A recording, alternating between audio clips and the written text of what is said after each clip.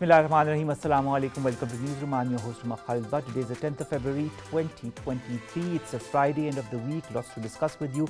Without further ado, this is going to be our first story. The IMF, the ninth tranche of the IMF, the discussions that were going on since a couple of days between the IMF and Pakistan, and of course Ishaq Dar Sahab, who talked to the media and underlined the important elements of the discussion that was held with the IMF and Pakistan's government. He talked about good news that will be coming, of course, to Pakistan, but he also talked about different important measures that needed to be taken in order to comply with the IMF demands. This is going to be our first segment. Pakistan's economic situation, the discussions with the IMF and Pakistan moving forward as per the compliance with the IMF. Our second story of the day, ladies and gentlemen, concerns the updates as far as the earthquake that hit Turkiyye and Syria are concerned. The amount of casualties are increasing with every passing day. More than 21,500 people have lost their lives as we speak, and the number in Turkiyye has now surpassed that of the last earthquake that happened in 1999. Although it's still less than the most devastating earthquake that happened in the 1930s, it now becomes the second largest earthquake to have hit Turkey as far as the number of casualties is concerned. In Syria as well, the number of casualties continues to increase. There is a lot of demand for aid to come for those people who are devastated by the floods, who are under the freezing temperatures, and where we are seeing people who are in desperate need of food and shelter. But in all of this, there are also the heartening stories of the children of the families that have been taken out of the rubble after more than 50 hours of work done by the different rescue teams. And speaking of this, we'll also be talking about Pakistan's help to Turkey and Syria in this regard. Finally, we'll be talking about the Indian government's strategy as far as marking Valentine's Day is concerned. They say that this day should be held as Cow Hug Day to better promote Hindu values. Now, the Hindutva values, we've seen how they've changed as far as a country that is known to be the largest democracy in the world and also pluralistic country is concerned, to be completely in compliance with the Hindu values and traditions. And this, in fact, celebrating Valentine's Day as a Cow Hug Day is no exception.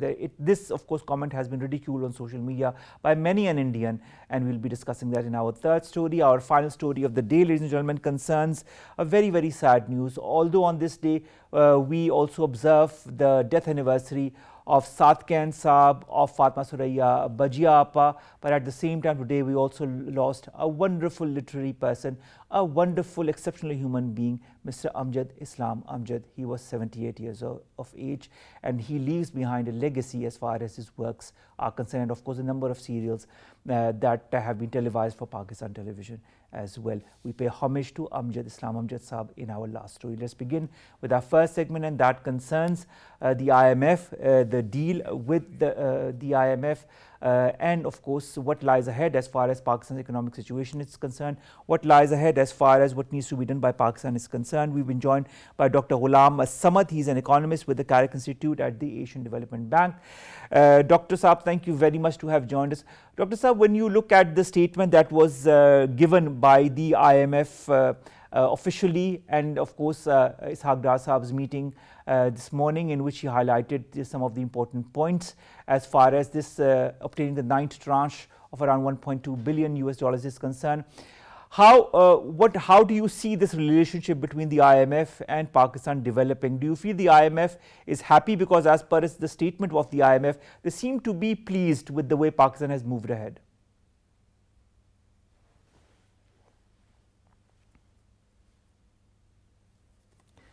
Dr. Ghulam Samad, can you hear us? Sir, I lost you. I think, could you repeat your question? Yes, of course I will repeat, Dr. Ghulam Samad.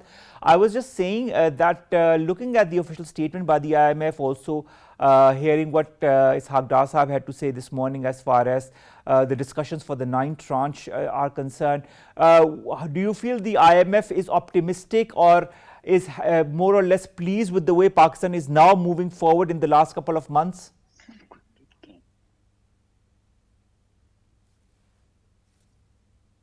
All right, we are having some kind of a technical issue with Dr. Ghulam Samad. As soon as he gets back online. We'll be discussing within the different modalities of the agreement between the IMF and of course Pakistan and the Pakistan's government. What is important is that the MEFP, the key document that describes all the conditions, policies and steps measured on the basis of which both sides declare the staff level agreement, has been is with the Pakistani government. They got it this morning. It was confirmed by Ishaq Dar Sahab as well. Once this draft MEFP is shared, both sides then discuss the policy measures as outlined in the document. Dr. Ghulam Samad, can you hear us properly now? Yes, I can hear you now. Wonderful.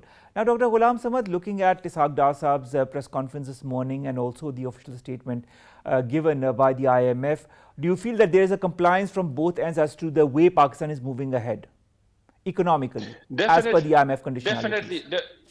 Yes, definitely. I can see a positive, I would say, the tones from both sides.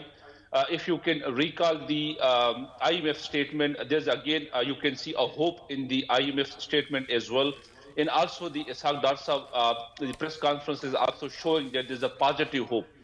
If you can again recall the what we call the Memorandum of Financial and Economic Policies that has been exchanged with the government of Pakistan. So you can see that the positive developments from the both sides is there. The hope is there, especially in terms of the compliances, as you mentioned. Like we can see the Pakistan can definitely will be moving for the additional revenue collections.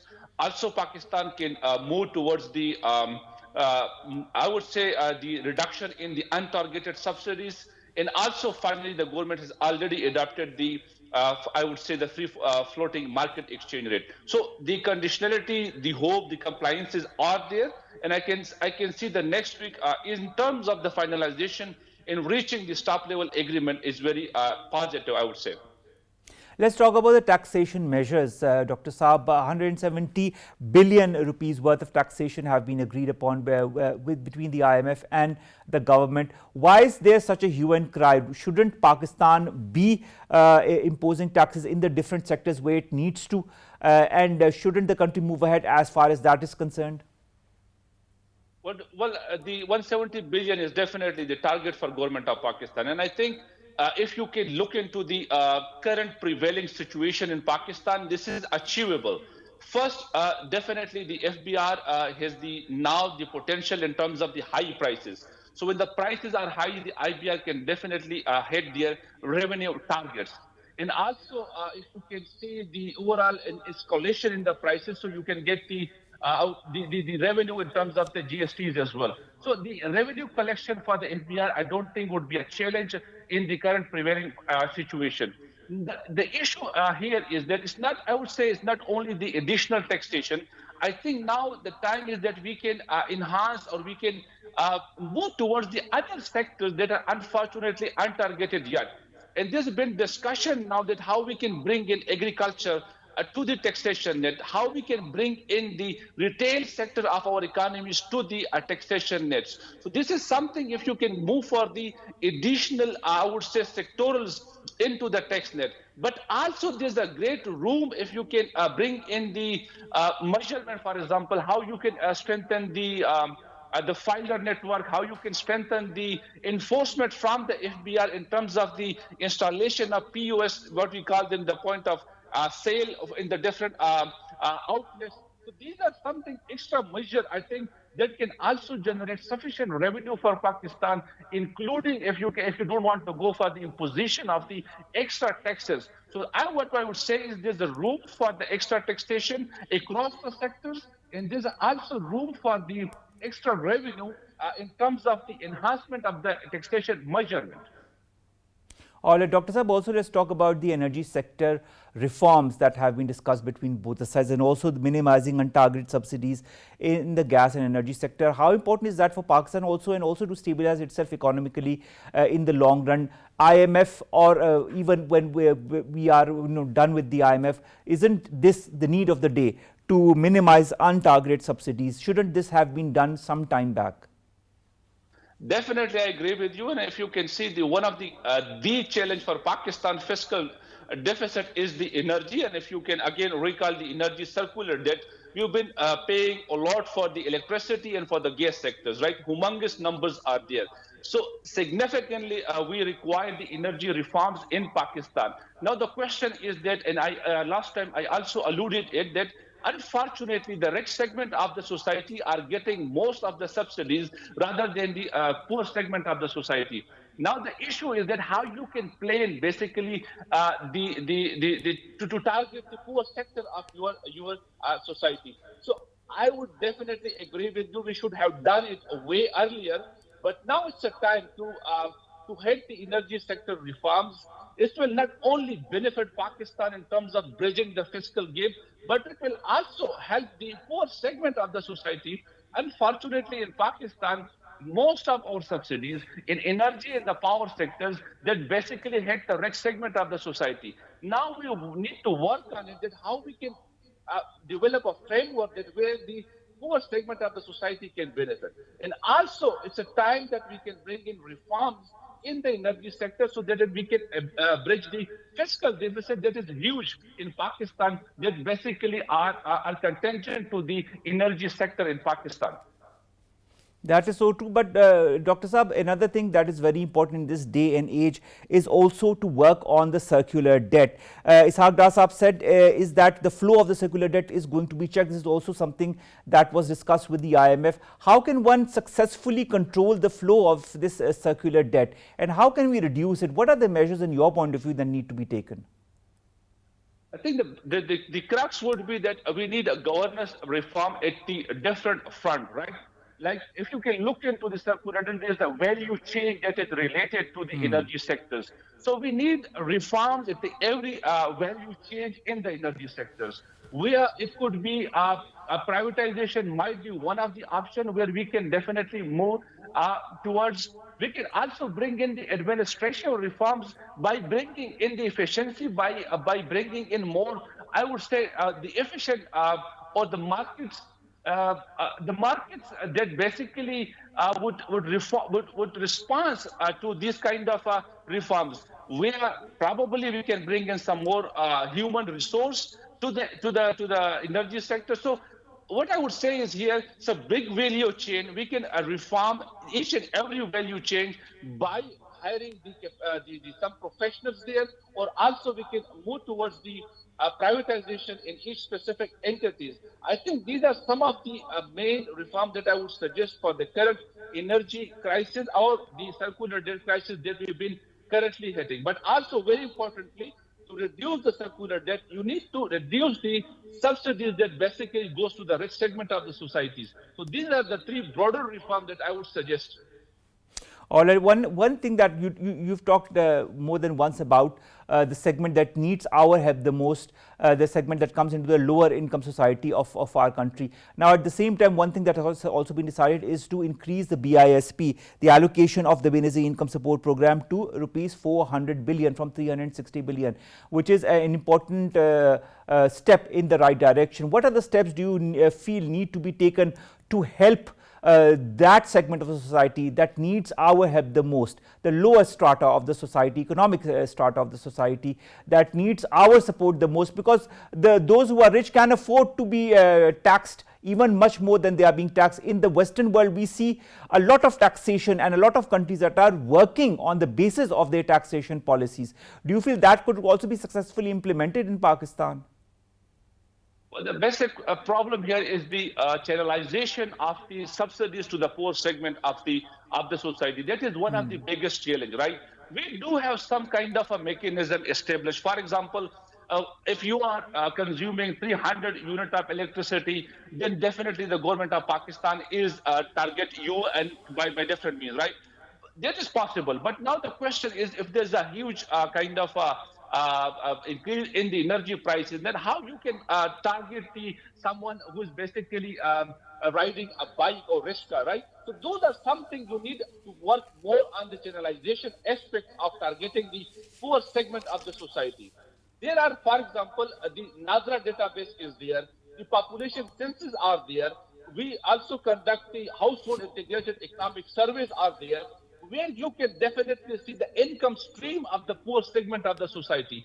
By looking to the income stream of the society, government of Pakistan can channelize the subsidies to those segments of the society. So that is one way.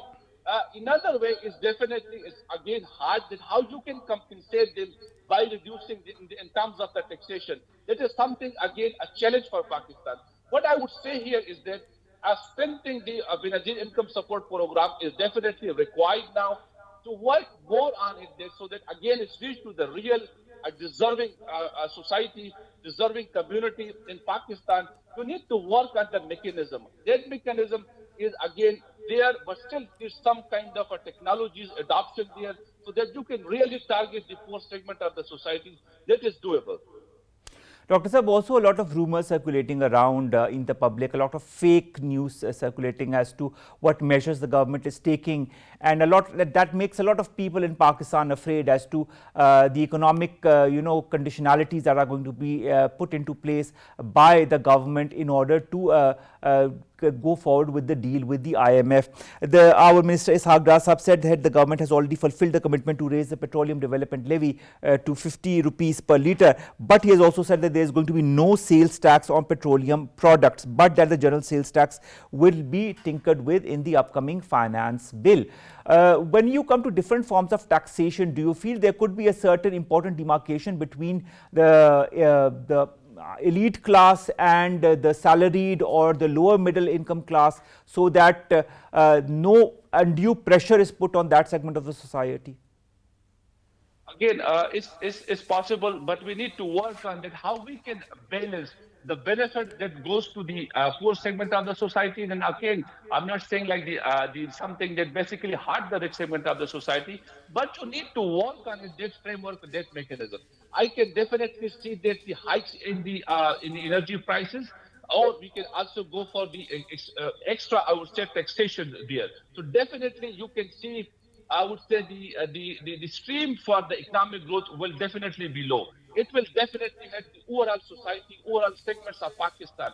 Now the problem here is that how we can save the poor segment of the society. This is a challenge, and you need to work on it. There's a different program globally that are available.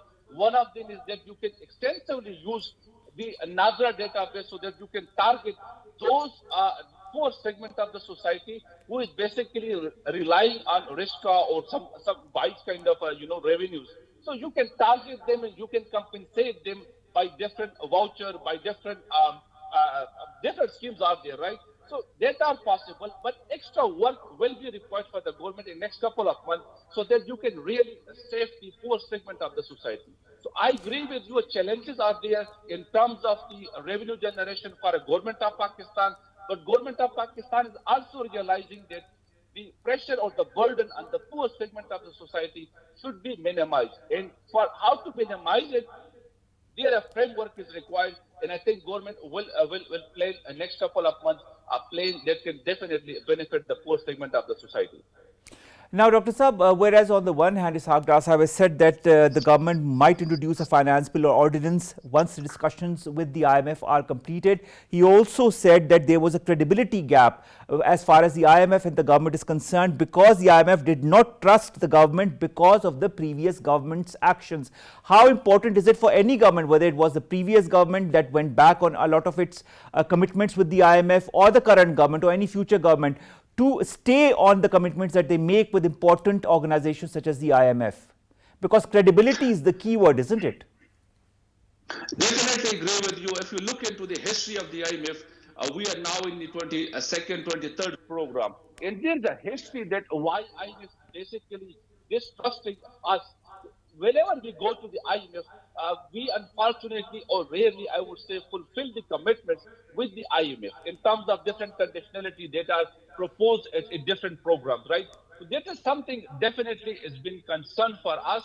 And I can see that how the previous regimes is basically, unfortunately, make the IMF, instead of making it only an economic plan, we make it political thing, right? So this is something really hard the IMF as well. We should not make the IMF as a political entity or political thing. We should realize that IMF is an economic institute and definitely is here to help us, right?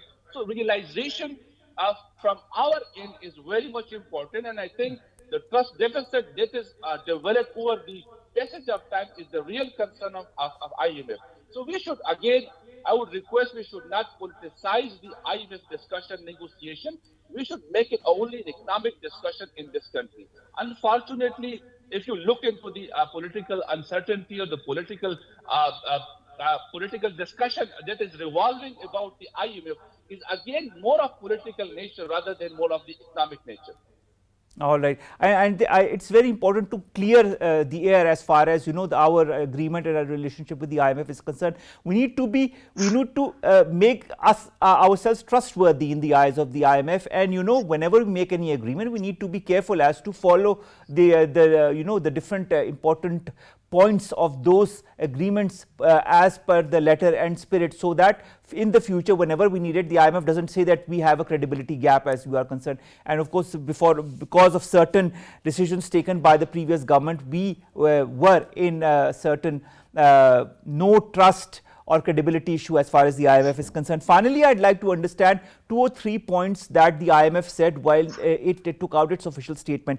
It talks about welcoming the Prime Minister's commitment to implement policies needed to safeguard macroeconomic stability and thanking the authorities for the constructive discussions, of course. But I want to talk about macroeconomic stability. Secondly, the policy measures to address domestic and external imbalances, whose key priorities include strengthening fiscal position with permanent revenue measures and reduction in untargeted subsidies. I'd like your comment on this.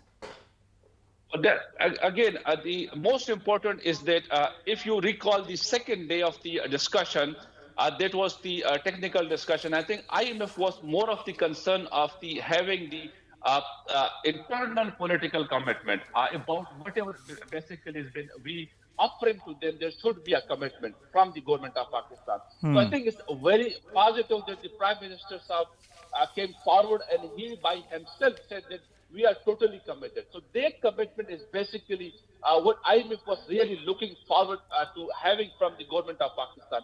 So I think it's again very positive that the government of Pakistan is taking in ownership by the Prime Minister of Pakistan. So that is very positive development, I would say. And IMF is therefore considering the Prime Minister's commitment is something is very important. So I agree with you, the political commitment is there.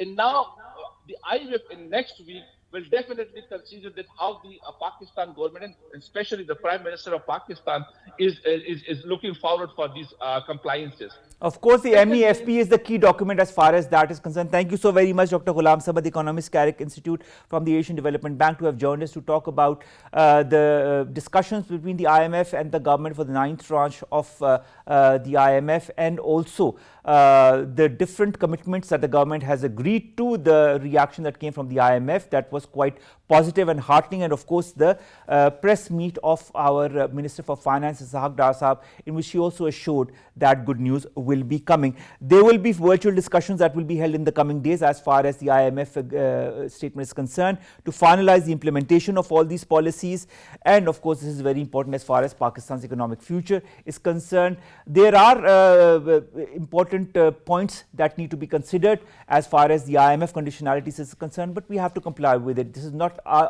this current government that has agreed to. It was in fact the previous government that had signed this very agreement with the IMF. Let's come to our second story, and that concerns the latest as far as the earthquake and the aftermath of the earthquake in Turkiyye and Syria is concerned. You very well know the amount of casualty that has increased with every passing day. In fact, the latest as far as we know is that the number has even surpassed the 1999 earthquake that Turkiyye had witnessed, and now the number of casualties as far as Turkey is concerned has crossed around 18,342, and in Syria the number is 3,377. The total becomes more or less 21,500 of people who have perished, who have lost their lives.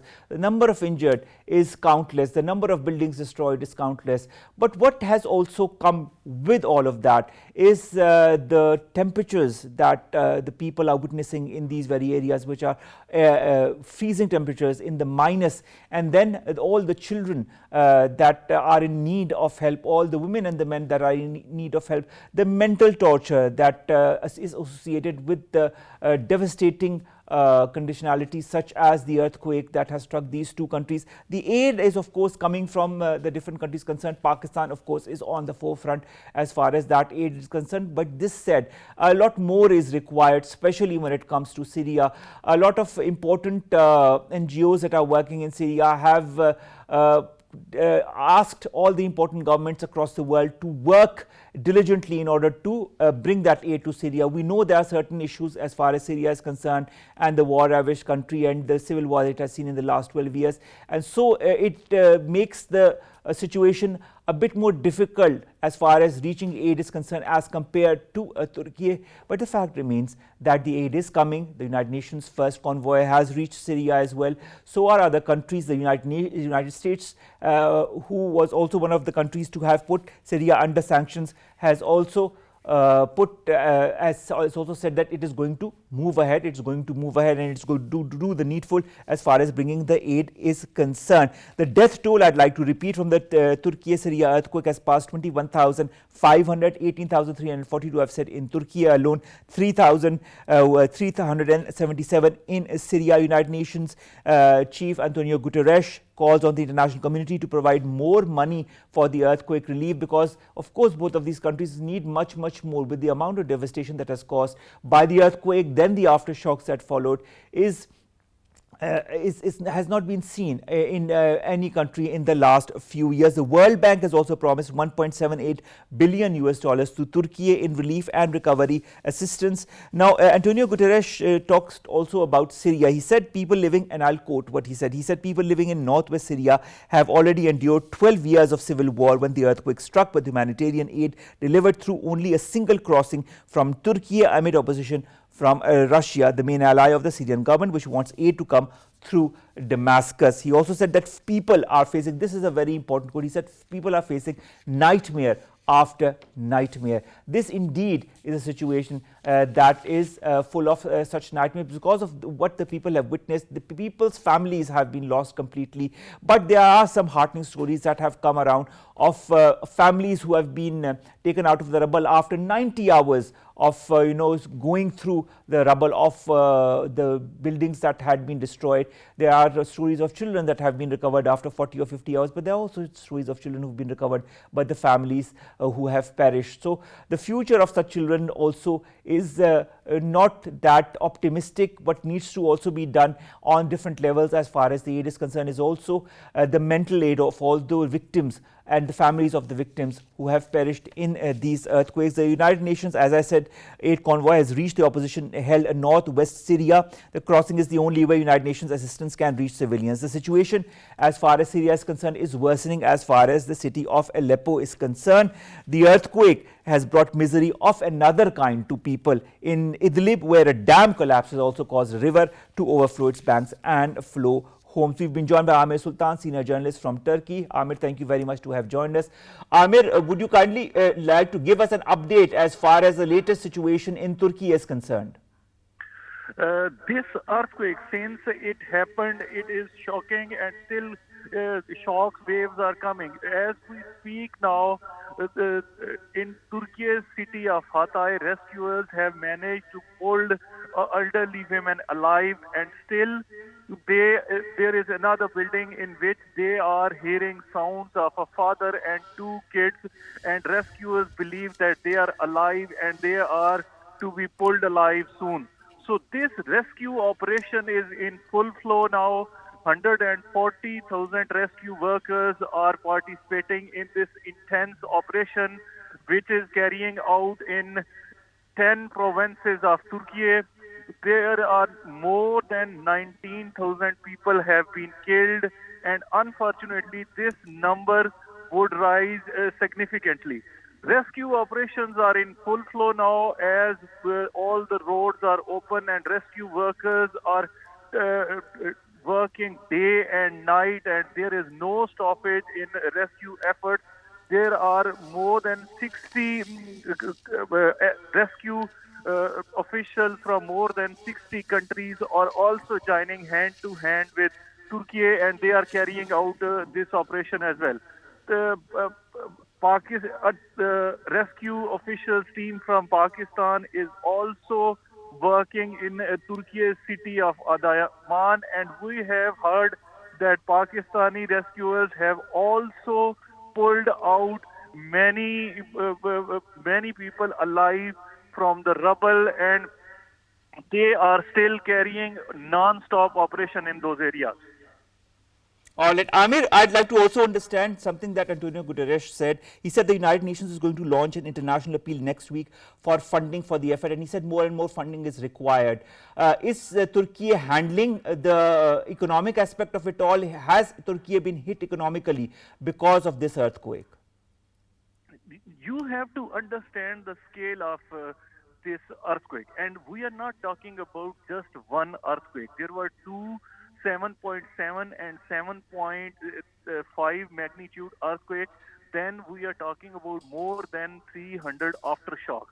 So this was a very much series of earthquakes which has affected 10 provinces, and initially Turkish government didn't realize the scale of the scale of the disasters.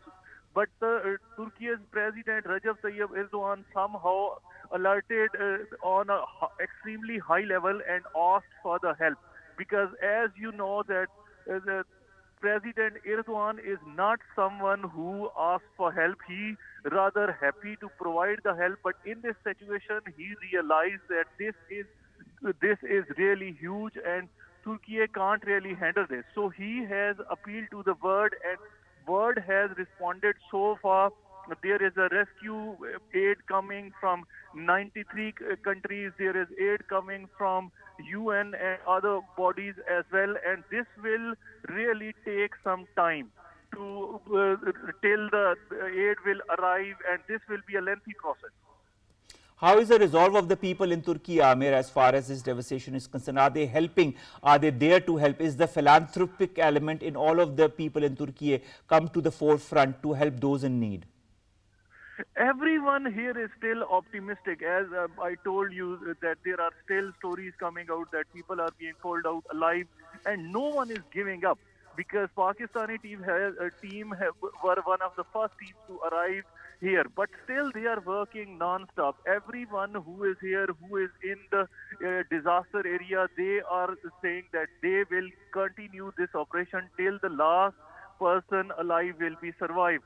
And hope if we talk about Turkish people, they are helping like in whatever capacity they can. Like doctors have volunteers themselves, nurses have volunteers themselves, even students, they have volunteered themselves, and they are going to the disaster area and helping the way they can. All right, Amir, also on the forefront on the as far as the countries that are helping Turkey is the brotherly country of Pakistan, our country. Our Prime Minister Shehbaz Sharif has said Pakistan has established a 10 billion rupee relief fund for the flood hit Turkey. We've had a commission that has been made by our Premier as well to oversee all kind of relief activities for Turkey. Then the business community has been implored to help the brethren in Turkey. So have the children been asked to donate whatever they can for those in need. How do the people in Turkey see all of this philanthropic element, this brotherly gesture coming from Pakistan? You know, Turkey and Pakistan, they are brotherly countries, and people-to-people contact is usually good, and they like each other. And I am here for last 8 years, so I feel it is as home as the Turkish people are very friendly to Pakistanis. And now we have heard, and this news, like Pakistan team have arrived, and then there is a Pakistani businessman who went to Turkey's embassy in US, and he has donated a huge amount of money for rescue and relief effort. So this is a huge gesture from the Pakistani side, and Turkey, their government, their officials, they are really appreciating this, and they believe that Turkey and Pakistan are brotherly countries. They always stood by no matter what the situation is, and they will come over it together. Amir, the WHO says around 23 million people are going to be affected by these earthquakes in both Turkey and Syria as well. The number is staggering. Is Turkey ready to brace itself for all of the people who have been affected by the earthquake in its country? Because it's going to be a long road ahead. Yeah, so far, Turkey's government and especially President Recep Tayyip Erdogan is saying that they have economical means to cover all the damages. He has provided 10,000 Turkish liras to all the affected families, and now they have he has also announced that we will build all the destroyed houses in 1 year, and we will come over it. But definitely, as the time will go on, they need help, and help will definitely come from other sources like UN, other friendly countries. So it will take some time to assess the damages, and in coming days, we will see how much the scale of economic damages is. Amir, I can understand all the help that is pouring in from across the world. As you said, 90 plus countries are helping Turkey, and the people of Turkey. Pakistan is also on the forefront, but there's also Syria. And Syria, where a civil war has ravaged in the last 12 years, and it is in a more desperate state of help. And even the number of casualties that is coming out of Syria is not the actual amount because of the difficulties that people have in reaching the affected areas. How important is it for the world also to realize that they need to help the people in Syria who are in desperate need for any kind of help that they can be given? Do you feel that countries who have put sanctions on Syria also need to come ahead? Like we've seen a very good gesture from the United States that has said that it is moving forward with helping Syria despite the sanctions. Yeah, Syria is also badly affected, and now the aid is pouring into Syria through Turkey as well, and there are still aid on the way, which is going through Turkey to Syria. This situation has brought the world really closer, because when we talk about the crisis, this is a huge crisis, and the first one of the first countries to arrive in Turkey to help was Greek. The other one was Israel, and you know the relations between both the countries are sometimes fragile, sometimes good. So this has brought all of them together, and same is the case with the Syria. The situation in Syria is much better than Turkey, because one, the scale of the earthquake is not as huge as in Turkey, and the other thing is it is still